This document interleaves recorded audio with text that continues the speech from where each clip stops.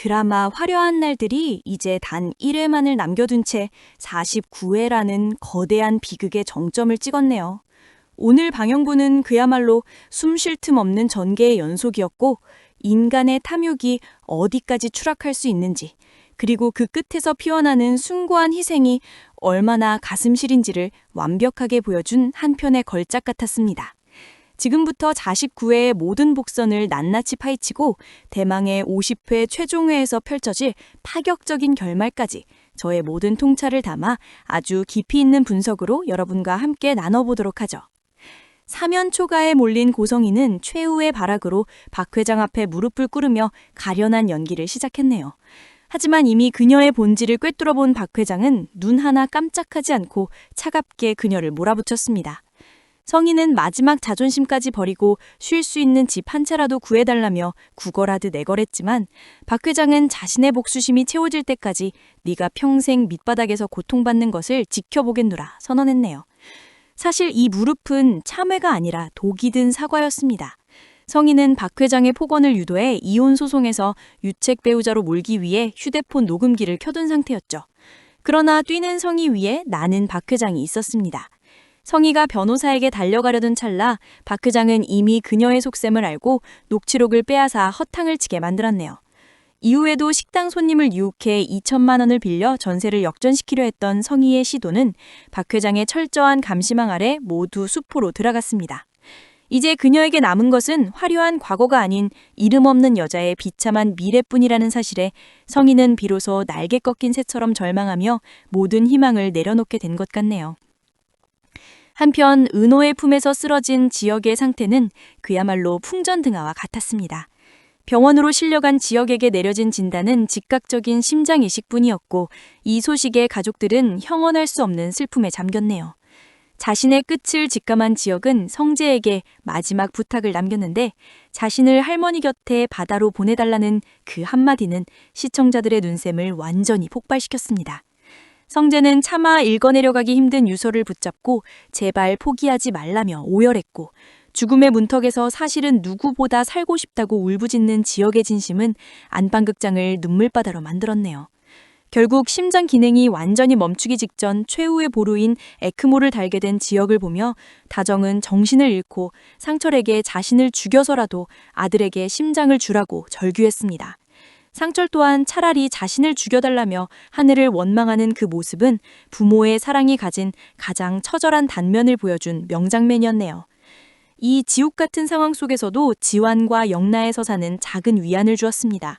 작업실에서 함께 밤을 지새우며 사랑이 깊어진 두 사람 앞에 지환을 버리고 떠났던 전 여친이 나타났지만 영나는 보란듯이 지환의 여친 행세를 하며 전 여친에게 시원한 한 방을 날려주었네요. 과거의 상처를 극복하고 새로운 사랑으로 나아가는 두 사람의 모습은 이 드라마의 어둠 속에서 유일하게 빛나는 촛불 같았습니다. 하지만 평화도 잠시, 49회 엔딩은 다시 한번 우리를 충격에 빠뜨렸네요. 혼수 상태에 빠진 아들의 소식을 듣고 넋이 나간 채 병원으로 향하던 상철이 대형 교통사고를 당하는 장면은 50회 결말을 향한 가장 잔인하고도 필연적인 복선처럼 보였습니다.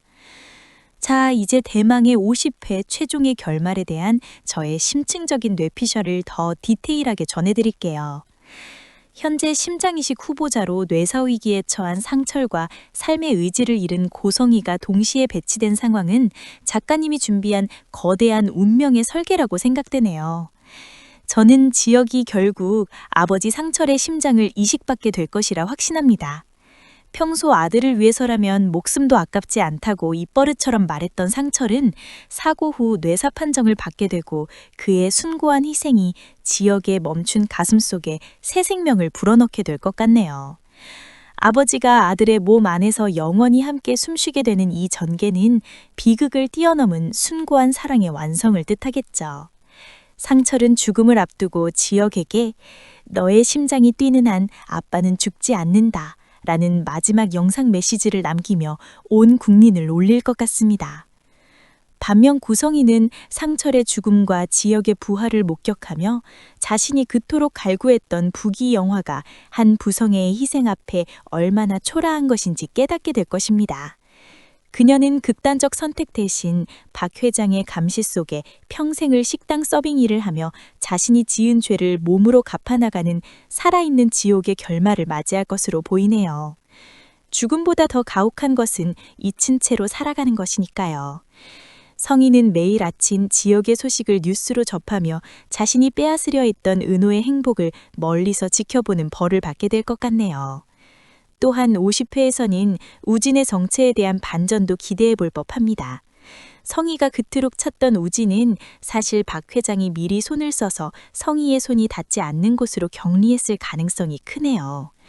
우진은 결국 지역의 수술 소식을 듣고 한국으로 돌아와 지역에게 용서를 구하며 성희와는 다른 길을 걷게 될 것 같습니다. 은호 역시 지역의 곁을 지키며 상철의 빈자리를 채워주는 며느리 이상의 존재로 다정의 슬픔을 위로해주겠죠. 50회 마지막 장면은 수술 후 건강을 되찾은 지역이 은호와 함께 상철이 뿌려진 바다를 찾는 모습이 아닐까 하네요. 지역은 자신의 가슴에 손을 얹고 아버지, 이제 우리는 함께 살아가요 라고 나지막이 읊조리며 은호와 함께 찬란한 노을 속으로 걸어 들어가는 해피엔딩을 맞이할 것 같습니다. 화려한 날들이란 결국 남의 것을 빼앗아 치장한 삶이 아니라 소중한 사람을 위해 기꺼이 자신을 내어줄 수 있는 사랑의 순간들임을 증명하며 이 대장정은 마무리될 것 같네요.